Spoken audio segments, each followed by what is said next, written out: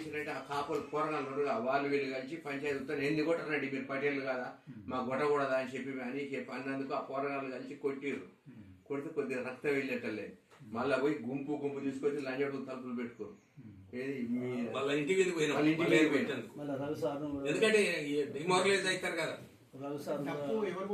మీ నాయన డప్పు కొట్టేది వాళ్ళకు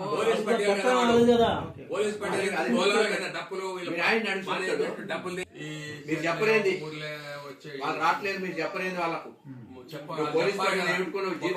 వాడకు కొడితే సరిపోతుంది, ఆ వాడకు పెడతానని చెప్పాలి కదండి. పటేలా అని అన్నాడు. పటేలా ఇప్పుడు చేయకూడదా మీరు అట్లా? కానీ మీవాడు కొద్దిగా మోరల్ గా మీవాడు దెబ్బతిన్నదేడారికైనా కొద్దిగా డ్రింక్ చేసినప్పుడు ఎక్కువ వారి చేస్తారు కానీ లెక్కకుంటాడు. ఒక్క అదే డప్పు కొట్టమన్నప్పుడు ఎవరు కొట్టింది? ఎవరైనా మాదిగోళ్ళు ఈ కోళ్ళు వాళ్ళ ఇంట్లో ఉన్న రామరెడ్డి. అయితే మీ నాయనకి ఎరికే ఒకసారి అడిగి చూడు, మీకు ఆదుకున్నా అదే అదే మీ నాయన తెలుసు.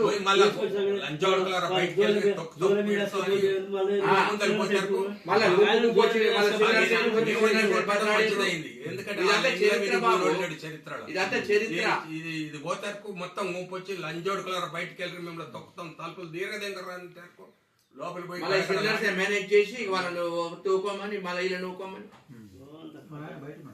పోయిందిగా మీ నాయన బిల్లు ఒకసారి ఎందుకు రాడు?